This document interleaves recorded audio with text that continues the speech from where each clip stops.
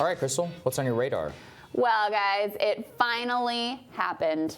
The media, for the first time ever, actually asked Mayor Pete a hard question. We weren't certain that this day would ever come, but here it is, and it's truly something to behold. Here's the man that CNN only recently hailed as perhaps the next Obama at a press avail in Iowa.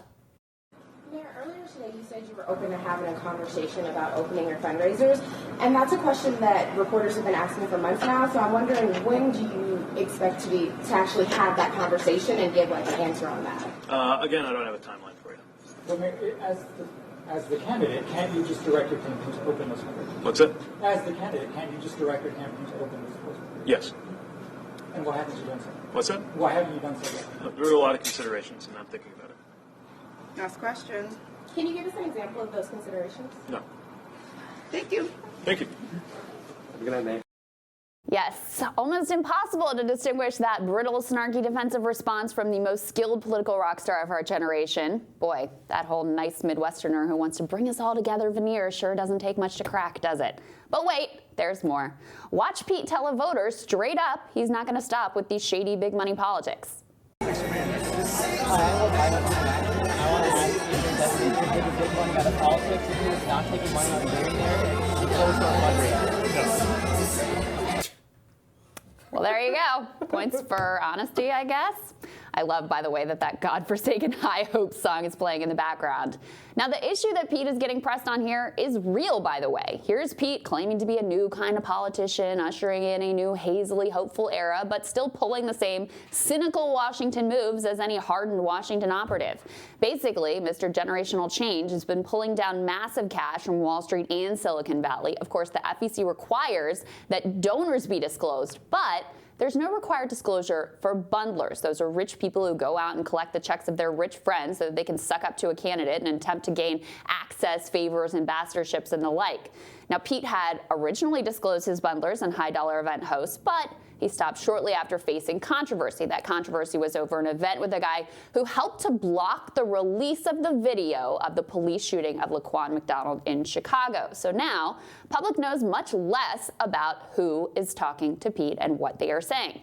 Let's also not forget that what was recorded on those secret police tapes in South Bend was also very incriminating. It was basically racist white cops scheming to manipulate Pete into firing the city's first black police chief by manipulating him through his biggest donors. So it matters that we know who has Pete's ear and what they are saying to him. Although honestly, watching him flip from backing Medicare for all to trashing it, use slimy, dishonest talking points to undercut college for all, and embrace corporatist deficit talking points, I pretty much already know what they're telling him. Even more importantly, though, this move reveals exactly the type of politician that Peter is. Unlike Biden, Pete may actually be getting some small dollar donations, but there's no doubt who his campaign is being run for and who will have the greatest access and influence were he to actually become president. I guess in that way, he actually is rather Obama-esque. Now, I think this testy press avail, though, marks a more significant turning point in the mayor's campaign. The media love fest has ended, and really, the media love fest is all that Peter ever had. If you look at the story of his campaign, it's truly been the story of the media coverage of his campaign. So early on, Pete captured a moment with a CNN town hall in early March. A CNN article about that event noted that a former Clinton aide, former DNC official, and David Axelrod were all raving about his performance. For Axelrod, quote, "I've rarely seen a candidate make better use of televised town hall than Pete Buttigieg is on CNN tonight. Crisp, thoughtful, and relatable. He'll be a little less of a long shot tomorrow." And sure enough, as white liberals cast about searching for a savior, that positive media coverage did spin into a little surge in the polls, but their interest waned as Kamala Harris stole the spotlight at the first debate, and then the media began their summer of love with Elizabeth Warren, which left Pete with lots of money, but not a lot of elite media flattery. Fast forward to debate 4, media's summer fling with Warren, who the Washington Post had, of course, called a Springsteen-esque folksy troubadour. That was over, and debate 4 was pronounced by Van Jones to be the debate of Pistol Pete.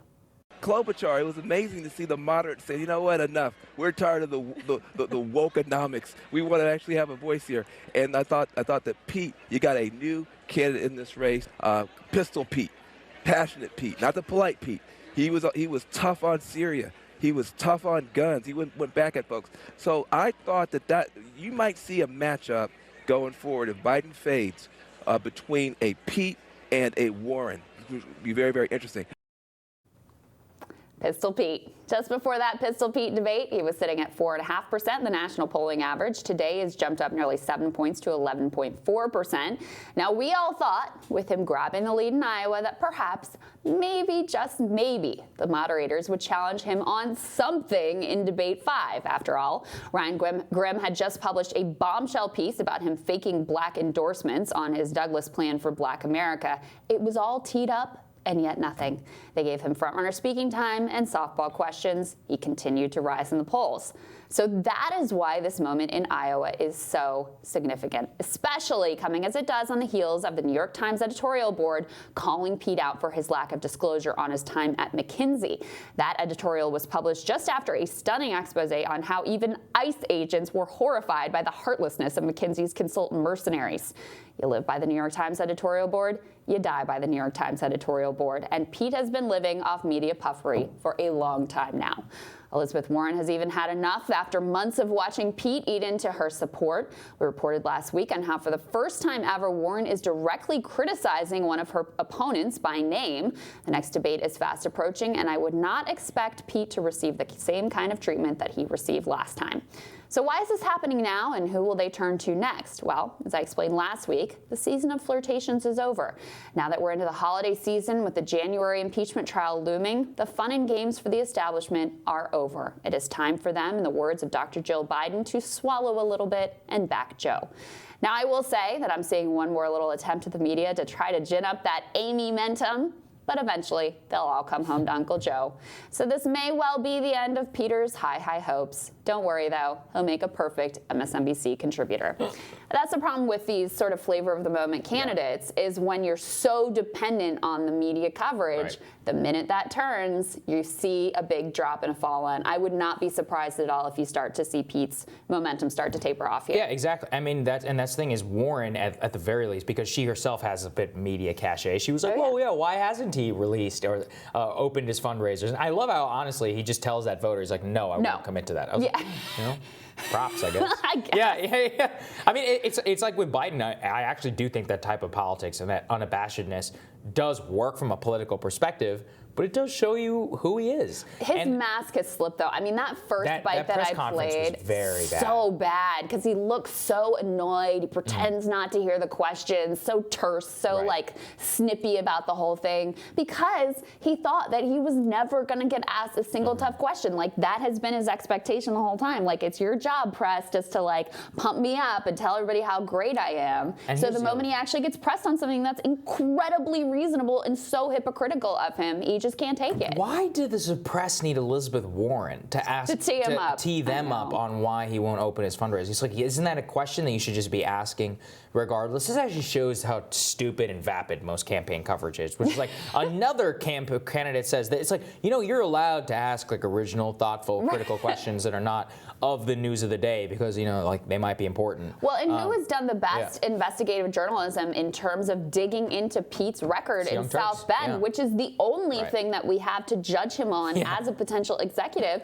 Yeah, it's Jonathan Larson over at the Young Turks. Coverage that has genuinely, you know, It's completely been exposed. blacked out Yeah, and it's also been from the completely media, blacked yeah. out from the mainstream media, but he exposed what was on those secret police chief. He was the one who found that and figured out what they said and put it out there, and it was like crickets from the mainstream Somebody media. ask him in a debate, ask him in a press avail. The man has, think about this, he has reporters on his bus, right? He has these media reporters, and they all sit around, and they crowd around Pete. Not a single one of them to ask about this fundraiser. They don't ask about these South Bend documents. It just shows you how in the tank so many of these people are for him, or at the very least, are just bad at their jobs. Right, and it's uncomfortable. Yeah, it is. Right? It's Sure, it's uncomfortable.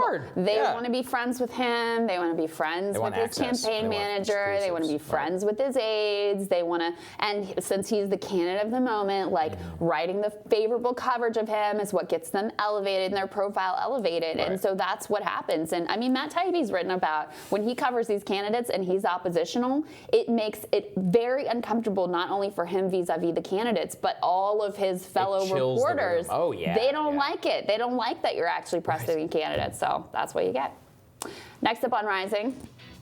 Mayor Pete's rise in the early state polls has come, as we've been discussing, with a little bit of renewed scrutiny of his record and, in some cases, the lack of one. The Hill's Julia Manchester. She joins us for an update on the state of the race, including the growing feud between Buttigieg and Elizabeth Warren when Rising continues.